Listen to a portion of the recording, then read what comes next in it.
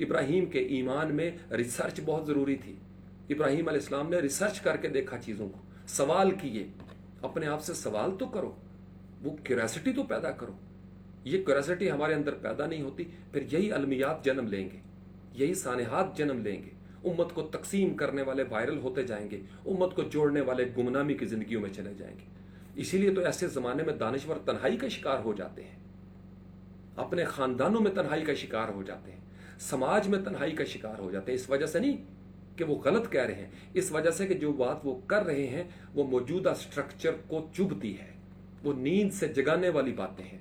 اس لیے ہم کانوں میں انگلیاں, وہ نبی کریم صلی اللہ علیہ وسلم کے بارے میں جو آیات ہیں کہ کانوں میں انگلیاں ٹھوس لو, یہ آواز تمہارے کانوں میں نہ جائے, یہی ہو رہا ہے. کوئی پاگل نہیں ہے, کوئی بیوقوف نہیں ہے جو کتنے کتنے گھنٹے بیٹھ کے یہ باتیں کرتا ہے. پاگل بیوقوف نہیں, اس نے فیصلہ کیا ہوا ہے, اس نے چوائس کی ہوئی ہے, اسے پتا اس نے مر جانا ہے, اسے پتا اس نے کہاں جانا ہے, اس کا ایمان ہے, خلیے میں یہ ایمان اترا ہوا ہے کہ کون سی زندگی فنا ہوگی, کس زندگی کا انجام جہنم ہے, اور کون سی زندگی بقا پائے گی, کس زندگی کا انجام جنت ہے. اتنا تو سوچو نا, کم از کم اور کچھ نہیں, زیادہ باتوں کی طرف نہ جاؤ. اس کو ترجمے سے پڑھ لو, اس مہینے میں کم از کم ترجمے سے پڑھ لو, لیکن فرصت ملے تو تب. چونکہ ARY سے لے کے جیو تک بھانت بھانت کے پروگرام ہیں, اس قرآن سے دور کرنے کے 100 بہانے آپ کو ہر روز مل جاتے ہیں. اس مہینے میں بھی یہ بہانے ختم نہیں ہوتے. کبھی تو اس کو کھولو, کسی کا پڑھ دو, اہل حدیث کا ترجمہ پڑھ دو, دیوبندیوں کا پڑھ دو, وہابیوں کا پڑھ دو, کسی کا میں پڑھ دوں. وہی باتیں جو اختلافی معاملات ہیں ضد کے, ان کو چھوڑ دو, گزر جاؤ ان سے کہ یار مجھے سمجھ نہیں آ رہی ابھی. لیکن موٹی موٹی باتیں, 10 باتیں سمجھ آ جائیں گی, ان 10 باتوں پہ عمل کرنا شروع کر دو. الحمدللہ رب العالمین سمجھ میں آ گیا نا, تو اتنی معرفت لے لو. اور کچھ سمجھ نہیں آتی, درود و سلام کی سمجھ آ گئی نا, تو ادب کے ساتھ درود و سلام بھیجنا شروع کر دو, بھیجنا شروع کر دو.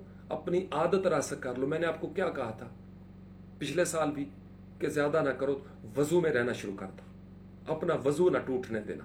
یہ عادت پکی کر لو کہ میں نے وضو نہیں, میرے سر نے کہا میں نے وضو, ہمیشہ وضو کرنا. جب وضو ٹوٹے اٹھو, اپنے آپ کو ٹف ٹائم دو, کسی کا کیا نقصان ہوگا, وضو کر لو. کبھی وضو کر کے تو دیکھو 40 روز تک, دیکھو 41ویں روز ہوتا کیا ہے.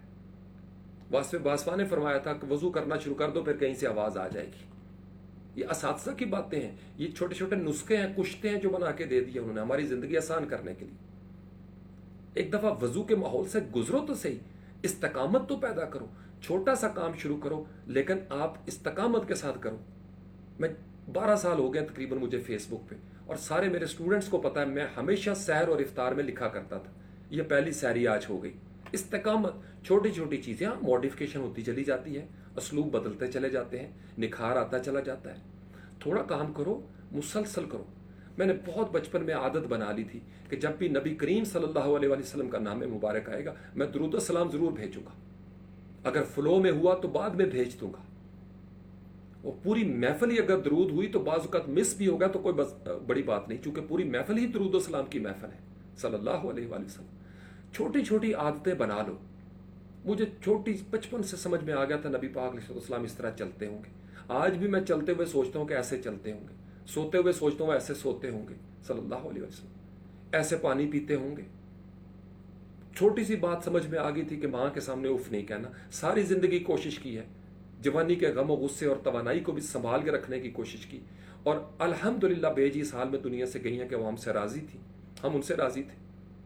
چھوٹی چھوٹی باتیں بچپن میں سمجھ آ گئی. استاد کے آگے بولنا نہیں, آج تک نہیں بولا, آج تک بدتمیزی نہیں کی, بے ادبی نہیں کی. نہیں کسی بات کو سمجھ آتی چپ کر جاتا ہوں, خاموش ہو جاتا ہوں کہ یار میرا قصور ہے, استاد کا قصور نہیں, میرا قصور ہے. میں اسٹوڈنٹ ہوں, میں کون ہوتا ہوں استاد کو سمجھانے والا. آپ سمجھ رہے میں کون ہوتا ہوں؟ ہمارا یہ ہے کہ ہم چھوٹی چھوٹی باتیں نہیں سمجھ رہے. چھوٹی چھوٹی باتیں بھائی سمجھو, زیادہ بڑے پہاڑ نہیں اکھاڑ سکتے. ہم 21ویں صدی میں بیٹھے ہیں, اللہ مالک ہے. ہم ایک ایسے زمانے میں ہیں جب نبی پاک علیہ السلام بظاہر 1400 سال پہلے آ کے چلے گئے. ہمارے پاس تو کنفیوژنس پہنچ رہی ہیں, اور میں نوجوانوں کو اس لیے شاباش دیتا ہوں, یہ چھوٹی چھوٹی باتیں کر لو, اللہ بڑا مہربان ہے, راستہ بنا دے گا آپ کے لیے. سو گے نا آپ کی زندگی بدل جائے گی. آنیسٹی سے کوئی روکتا کہ نہیں روکتا؟ لوگوں کی عزت کرنا شروع کر دو، دیکھو کیسے عزت بنتی ہے. بڑے بھائی کا احترام شروع کر دو، جوڑنا شروع کر دو. آج سے تہیہ کر لو، میں نے ایک تہیہ کیا ہوا ہے اور میرا پورا خاندان گواہ ہے، میرے اسٹوڈنٹ گواہ ہیں، میرے یار دوست گواہ ہیں کہ میں اس چیز کا اہتمام کرتا ہوں کہ نہ غیبت کروں نہ کسی کو کرنے دوں. ماحول ہی بدل دوں، محفل کا ماحول بدل کے رکھ دو. فالتو رہو گے، فارغ دماغ ہوگا تو غیبت شروع ہو جائے گی. یہ چھوٹی چھوٹی باتیں ہیں. آپ کو میں نے کب سے سمجھانا شروع کیا ہو، یہ پروفائل آپ کی ہے. جس بچے نے یہ بات مانی ہے، اسٹوڈنٹ نے، میری دعائیں ہیں اس کے ساتھ. مجھے پتہ ہے درجنوں نہیں، بیسوں نہیں، سینکڑوں بندوں نے میری بات سنی ہے، سمجھی ہے کہ سر کہتے ہیں اس طرح کے پیجز کو، اور بالکل ٹھیک کہتے ہیں. مت ایسے چینلز کو سبسکرائب کرو یا پیجز کو جہاں پہ آپ کو وسوسے ملتے ہیں. مت بیٹھا کرو ٹی وی کے اس شیطانی ڈبے کے سامنے جو مسلسل آپ کے سامنے سیر پھونکتا رہتا ہے. قصور ہمارا ہے، ہم اپنے وسوسے کی راہ کھولتے ہیں اور پھر کہتے ہیں جی کہ ہمیں تو سمجھ نہیں آتی، اور رات کو باوضو ہو کے سو جاؤ. کوئی وظیفہ پکا لو کسی اسماء حسنہ میں سے، یا حیو یا قیوم کا ورد کرنا شروع کر دو، آپ کی زندگی بدل جائے گی. اور درود و سلام کرنا شروع کرو، نور ہی نور آ جائے گا آپ کے پاس. بھیجو درود پاک نبی پاک علیہ السلام پہ، اپنی طرف سے، اپنے والدین کی طرف سے، اپنی نسبتوں کی طرف سے. پھر دیکھو محبتیں اور رحمتیں اور برکتیں اور سلامتی اترتی کیسی ہے. ادب کے ساتھ بھیجو. ان اللہ و ملائکتہ یصلون علی النبی یا ایھا الذین آمنوا صلوا علیہ وسلموا تسلیما. اللہم صل علی محمد وعلی آل محمد کما صلیت علی ابراہیم وعلی آل ابراہیم انک حمید مجید. اللہم بارک علی محمد وعلی آل محمد کما بارکت علی ابراہیم وعلی آل ابراہیم انک حمید مجید. اللہم صل وسلم علی النبی الطاہر. اللہم صل علی سیدنا و مولانا محمد وعلی آل سیدنا و مولانا محمد وبارک وسلم صلو علیہ. اللہم صل علی محمد وآلہ وعطرتہ بعدد کل معلوم لک. السلام علیکہ ایھا النبی. اے اللہ کے نبی صلی اللہ علیہ وسلم، آپ پر سلامتی ہو، اللہ کی رحمتیں اور اس کی برکتیں ہوں. درود و سلام ہو آپ پر، آپ کی آل پر، اے اللہ کے نبی صلی اللہ علیہ وسلم. اللہ کے علم کے حساب سے درود و سلام ہو آپ کی آل پر، آپ پر صلی اللہ علیہ وسلم. آپ کے دوستوں پر سلامتی، رحمتیں اور برکتیں نازل ہوں. امہات المومنین پر سلامتی، رحمتیں اور برکتیں نازل ہوں. آپ کے دوستوں پر، آپ کے چاہنے والوں پر سلامتی، رحمتیں اور برکتیں نازل ہوں. ہماری طرف سے، ہمارے والدین، بزرگوں، اسلاف کی طرف سے، اساتذہ کی طرف سے، طلبہ و طالبات کی طرف سے، ہماری نسبتوں کی طرف سے، ہماری نسلوں اور پشتوں کی طرف سے، ہمارے خلیے کی طرف سے، ہماری اس زندگی اور اخروی زندگی کے ہر لمحے کی طرف سے، یا رب العالمین آپ کی بارگاہ میں دعا کرتے ہیں. نہایت ادب کے ساتھ دعا کرتے ہیں کہ ہمارے الفاظ اس قدر عظیم نہیں ہیں، ہمارے لہجے اس قدر پاکیزہ نہیں ہیں، ہمارے اسلوب اس قدر پہنچے ہوئے نہیں ہیں. آپ اپنی طرف سے ہماری درخواست پر درود و سلام بھیجیے نبی کریم صلی اللہ علیہ وسلم پر اپنے علم کے حساب سے. اللہم صلی علی محمد و آلہ و عطرتہ بعدد کل معلوم لک.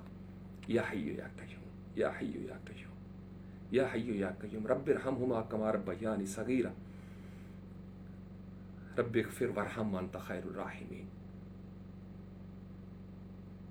ربنا اغفر لی ولوالدی وللمؤمنین یوم یقوم الحساب. رب اغفر والوالدی،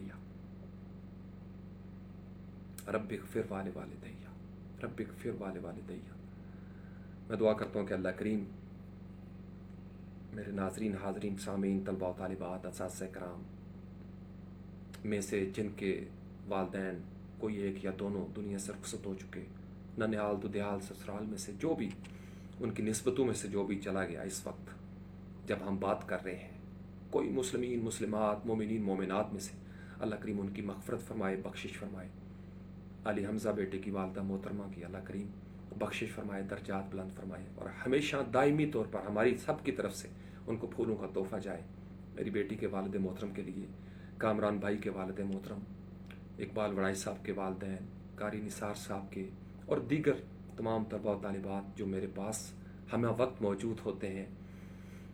آپ کی زندگیوں میں جو چلا گیا، جو بچھڑ گیا، سب کی مغفرت ہو، سب کی بخشش ہو.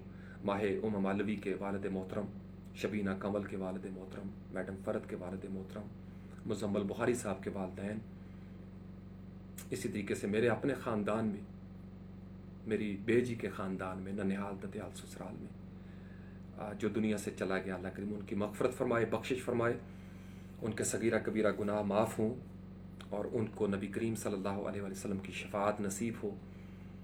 دیگر بھی جن کے میں نام نہیں لے سکا، میرے اپنے گاؤں میں، دلاور پور چگواں میں، جہاں جہاں پہ میری نسبتیں ہیں، میرا اپنا جگری دوست محمد یونس، میرے استاد محترم سائیں کریم بخش ابڑو، اور میرے دیگر دوست، میرے دوست ندیم مستقیم کے والد محترم، اور اسی طریقے سے میرے دوست نوید کے والدین، اور میرے دوست محبوب کے والد، یہ میرے ذاتی ہیں۔ آج میں نے، چونکہ میں ان کا تو ہمیشہ ہی بس وہ دعا میں شامل ہے، سارے دعا میں شامل ہیں، آپ سب لوگ شامل ہیں، تو جو سامنے آتے ہیں پھر وہ انسانی عقل کا تقاضا ہے۔ تنویر جٹ صاحب کا بھی نام نظر آ گیا۔ جو سنتا ہے، جو دعا میں شریک ہوتا ہے، میں ہمیشہ دعا کرتا ہوں، میری دعائیں ہمیشہ آپ کے ساتھ رہیں گی۔ دعا کرتا ہوں کہ اللہ کریم ہمارے والدین کو، ہمیں، ہماری اولادوں کو بخش دے، ہماری مغفرت فرما دے، اور ہمارے صغیرہ کبیرہ گناہ معاف ہوں، سیئات حسنات میں بدل جائیں، اور ہمارے نامہ اعمال دائیں ہاتھ میں پکڑائے جائیں، علیین ہمارا مقدر اور ٹھکانہ ہو، اور ہم جب قبر سے اٹھیں تو بے داغ لباس پہن رکھا ہو، عرش کا سایہ ہمیں نصیب ہو جائے، اور نبی کریم صلی اللہ علیہ وسلم کے مبارک ہاتھوں سے جام ہمیں عطا ہو جائیں، جام پینے والوں کے ساتھ ہم چلے جائیں، پیاس سے بچ جائیں، پل صراط سے گزر جائیں، اور سلاماً سلامت آپ کی منزل پہ پہنچیں، ایک دوسرے سے محبتیں کریں، پیار کریں، مسکرائیں، اور پھر آواز آئے سلام قولا من رب الرحیم، رب الرحیم کی طرف سے، رب الرحیم کی طرف سے سلام کہا جائے گا، وعلیکم السلام۔ اب دیکھیے، اب اللہ کو انسان کیا جواب دے گا؟ یہ سارا سلام کا منظرنامہ میرے اور آپ کے لیے ہے، ہم ایک دوسرے کو سلام کریں گے، اور اللہ بھی ہم پر سلامتی بھیجیں گے۔ وہ اللہ سلامتی بھیجنا چاہتے ہیں، وہ اللہ تعالیٰ کی ذات بڑی غفور الرحیم ذات ہے۔ میں دعا کرتا ہوں کہ آپ پر، آپ کی نسبتوں پر، ہم سب پر، وطن عزیز پاکستان پر، اس سے پیار کرنے والوں پر، اس کی حفاظت کرنے والوں پر، گمنام مجاہدین پر اللہ کریم کی سلامتی نازل ہو، اس کی رحمتیں نازل ہوں، اور اس کی برکتیں نازل ہوں ہر اس انسان پر جس نے کسی بھی حوالے سے وطن عزیز پاکستان کی خدمت کی ہے، جو کر رہا ہے، جو کبھی کرے گا، جس نے اس وطن سے وفا کی، جو کر رہا ہے، جو وفا کرے گا۔ اللہ کریم اس کا ہمیشہ حامی و ناصر ہو، دنیا و آخرت میں وہ ہمیشہ کامیاب و کامران ہو، اور وہ ہمیشہ مفلحون میں شامل ہو۔ اللہ کریم اس کو ہمیشہ مقربین میں شمار رکھے، اس کو ہمیشہ انعام یافتہ کی سنگت عطا ہو جائے، وہ بخشا جائے، اس کا اعمال نامہ دائیں ہاتھ میں ملے، ان کو صبر آئے، سکون آئے، ٹھنڈک ملے، خوشبو ملے، ان کو نکھار عطا ہو جائے۔ وہ تعمیر کے خوگر لوگ جو ہمیں جوڑنا چاہتے تھے، اللہ کریم ان کے ہمیشہ زندگیوں کے نامہ اعمال کو علیین کے ساتھ جوڑ کے رکھے، انعام یافتہ کے ساتھ، ان کے دامن کے ساتھ وابستہ رکھے۔ بہت ساری دعائیں آپ لوگوں کے رزق کے لیے، اللہ کریم آپ کو اپنی کریم بارگاہ سے کریم رزق عطا فرمائے، اللہ کریم آپ کو ہر قسم کی نحوست اور نجاست سے محفوظ رکھے۔ آج وقت جو ہے وہ زیادہ، لیکن یہ میسج ضروری تھا، وہ باقی باتیں تو ہماری چلتی رہیں گی۔ مجھے اجازت دیجیے گا، چونکہ میری کیفیت تھوڑی سی اس طرح کی ہو گئی ہے کہ اب مجھے جائے نماز پہ جانا چاہیے۔ بہت ساری دعائیں آپ سب لوگوں کے لیے، اپنی بے جی کے لیے، اللہ کریم میری بے جی کے درجات بلند فرمائے۔ آپ سب کے لیے، ہم سب کے لیے یہ دعا ہے، رب ارحمہما کما ربیانی صغیرا، رب اشرح لی صدری ویسر لی امری واحلل عقدۃ من لسانی یفقہوا قولی، انت ولی فی الدنیا والآخرہ توفنی مسلما والحقنی بالصالحین۔ بہت ساری دعائیں آپ سب لوگوں کے لیے۔ السلام علیکہ ایھا النبی ورحمۃ اللہ وبرکاتہ، السلام علیکہ ایھا النبی ورحمۃ اللہ وبرکاتہ، السلام علیکہ ایھا النبی ورحمۃ اللہ وبرکاتہ، السلام علینا وعلی عباد اللہ الصالحین، سبحان ربک رب العزۃ عما یصفون وسلام علی المرسلین والحمد للہ رب العالمین۔ یا حی یا قیوم، یا حی یا قیوم، یا حی یا قیوم برحمتک استغیث، یا حی یا قیوم، یا حی یا قیوم، یا حی یا